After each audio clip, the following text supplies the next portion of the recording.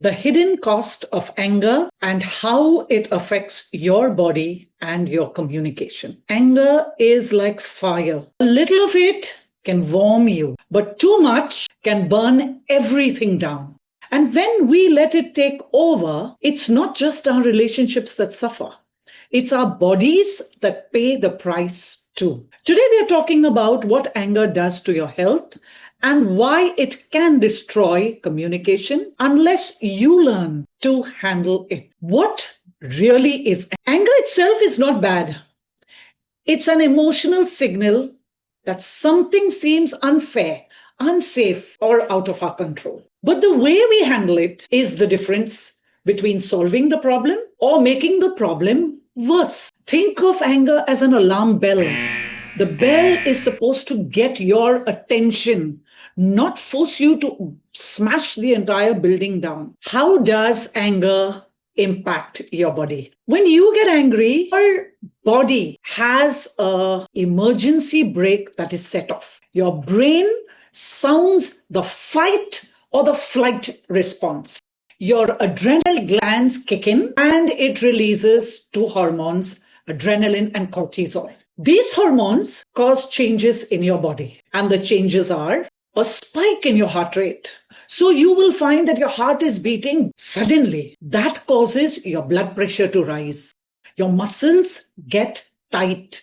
You notice when you're angry, your jaw gets clenched, your fists get clenched, and there is anger that is in your system, a result of the tightening of your muscles. Now, this is very good if you are running away from a bear, but we are not dealing with bears. Most of us aren't running away from a bear.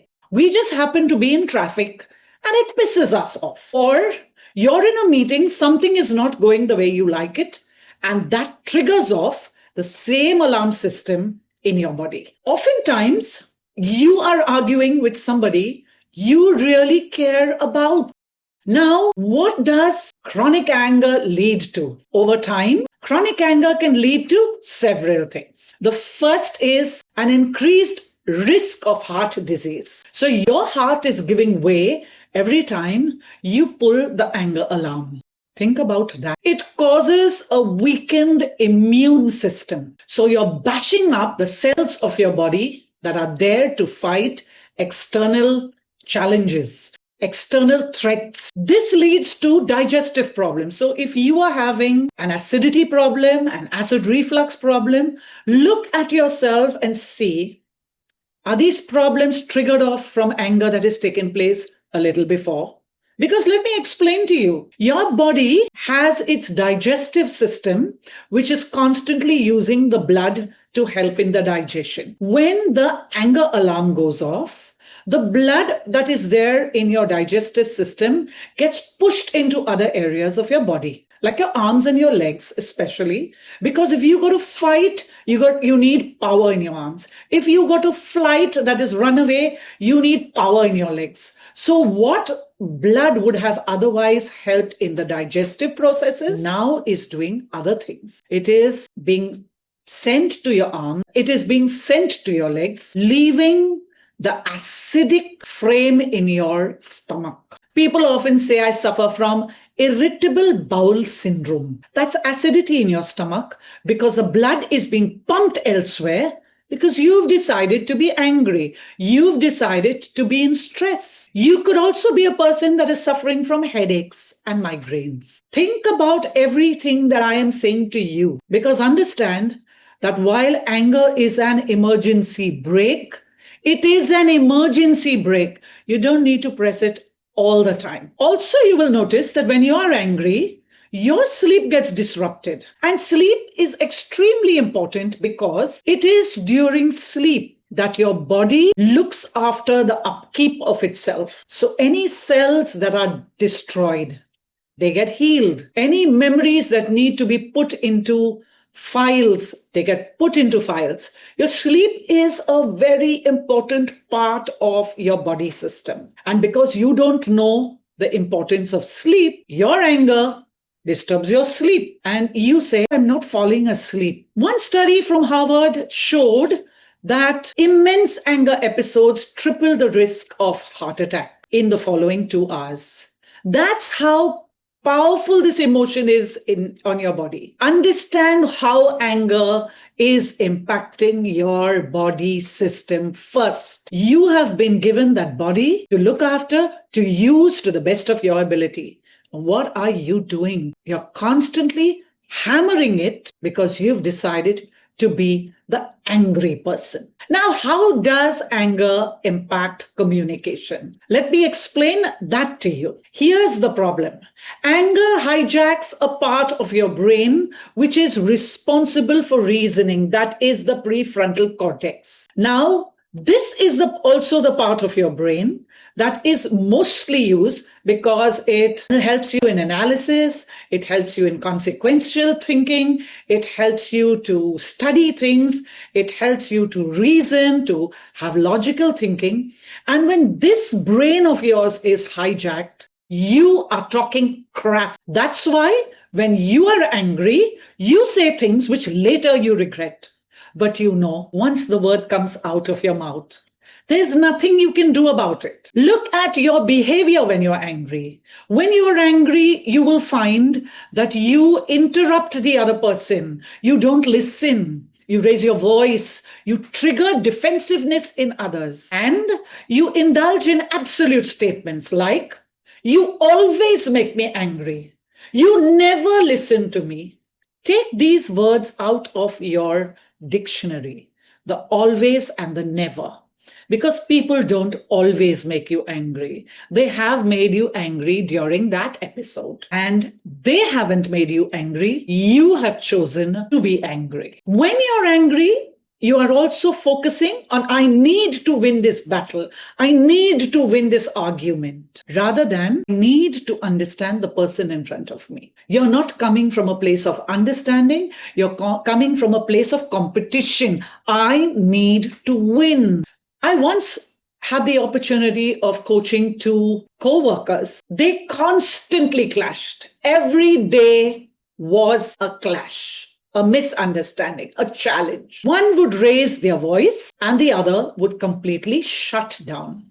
So understand, one is in fight mode and the other is in flight or freeze mode. Neither of them was listening to each other. Neither of them was communicating to each other because their alarm system had already gone off. They were taught how to take a short pause. Now I'm going to show you how to take the pause. The short pause is you breathing in oxygen from your mouth and breathing out the carbon dioxide from your nose. So you've heard your grandparents say, count till 10. They didn't tell you that you need to just breathe. So this is what you should do. While a situation is challenging, breathe in. Now, when you breathe in oxygen, it is taking away the fog from your prefrontal cortex, which has been put to sleep. And when you remove the fog from your prefrontal cortex, you start to now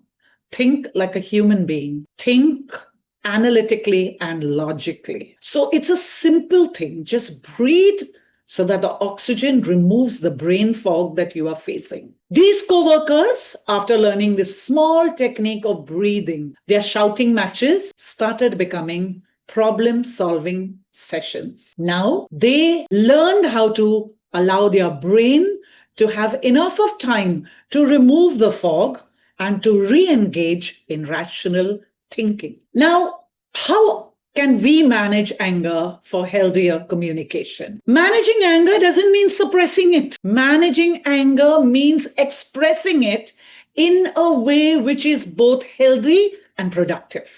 So I'm not telling you don't get angry. I am telling you calm your body self down and understand that you need to learn the skill of how do I communicate in a healthy and in a productive way. The first strategy is called pause and breathe.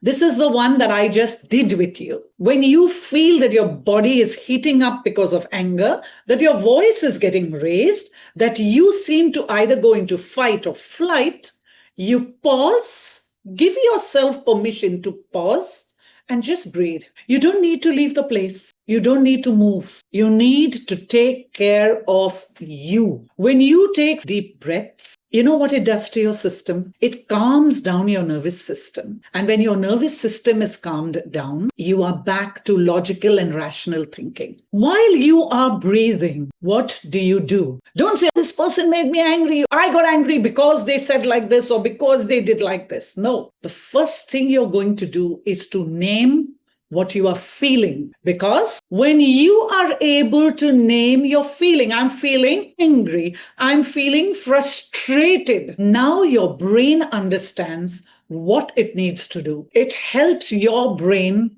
to shift from pure reaction into thoughtful response. Remember, when you're doing this, use I statements, not you statements, because when you use you statements, you're placing the blame on the other. When you place the blame on the other, it makes you irresponsible. You're not responsible for what you're feeling.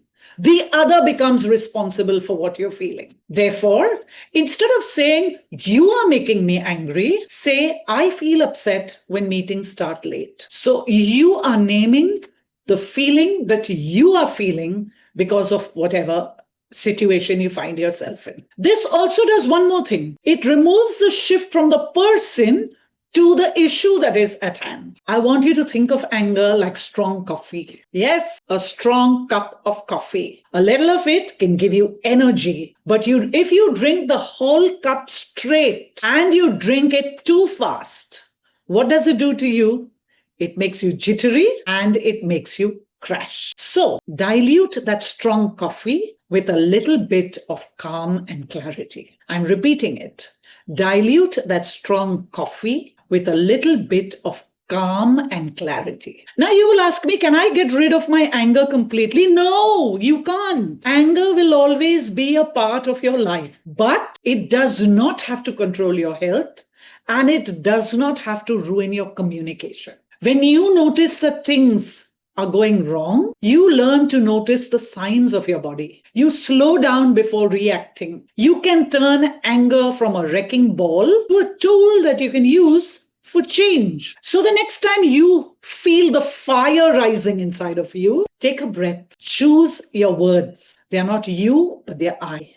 I am feeling. And watch how your relationships and your health slowly but surely start to improve. You are in charge, not your anger. If you like what you heard, I want you to go into the comment box and type the word anger. Also, if you haven't already subscribed to my channel, subscribe and press